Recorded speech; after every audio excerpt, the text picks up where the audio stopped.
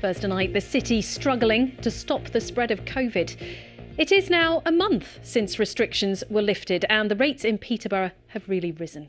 They now stand at 516 per 100,000 people.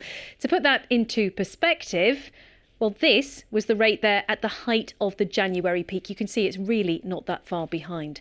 But is this the key reason? Only 57% of adults in the city are fully vaccinated. Compare that to a national average of 77%. Public health officials are urging everyone who's eligible for the jab to come forward now. Kate Bradbrook reports. Actually, if you'd have had more people catching the virus earlier on in this pandemic, you perhaps wouldn't have these levels now.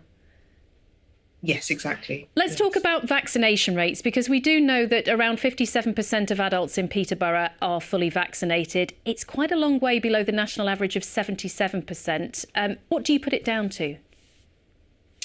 I think there's a number of different factors at play here. Of course, there are some parts of our community who are very anti-vaccination.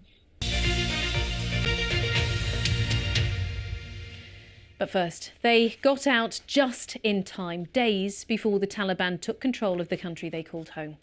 A family from Afghanistan has been given refuge in a hotel near Milton Keynes. They're among a group of refugees who fled the country and are being supported by a local church. Nadia Jani reports. Well, let me just give you a flavour of what our politicians have been saying about this issue today. North West Cambridgeshire MP Shailesh Vara spoke in Westminster. He appealed for other countries to help more with the humanitarian effort. The Prime Minister said in response that he's in talks to get the world to focus on their needs.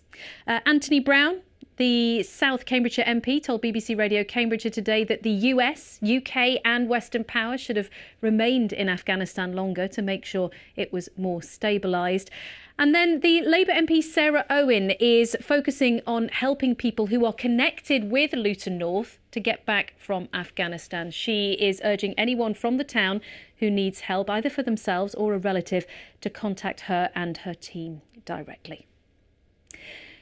Now, on yesterday's programme, we looked at how extra stop and search powers are being used to tackle knife crime in Milton Keynes. But one new project is trying to reach young people before they get involved with gangs or weapons in the first place. It's called 5 on It and it's based around basketball. Sam Reid went along.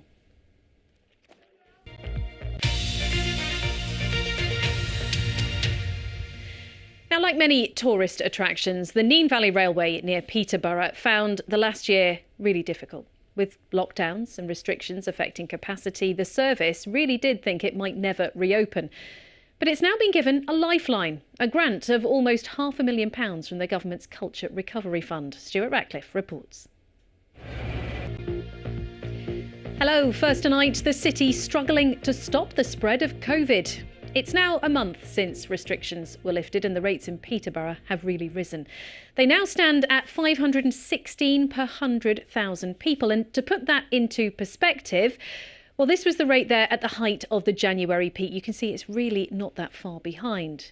But is this the key reason? Only 57% of adults in the city are fully vaccinated. Compare that to the national average of 77%. Public health officials say vaccination is their top priority. Kate Bradbrook reports.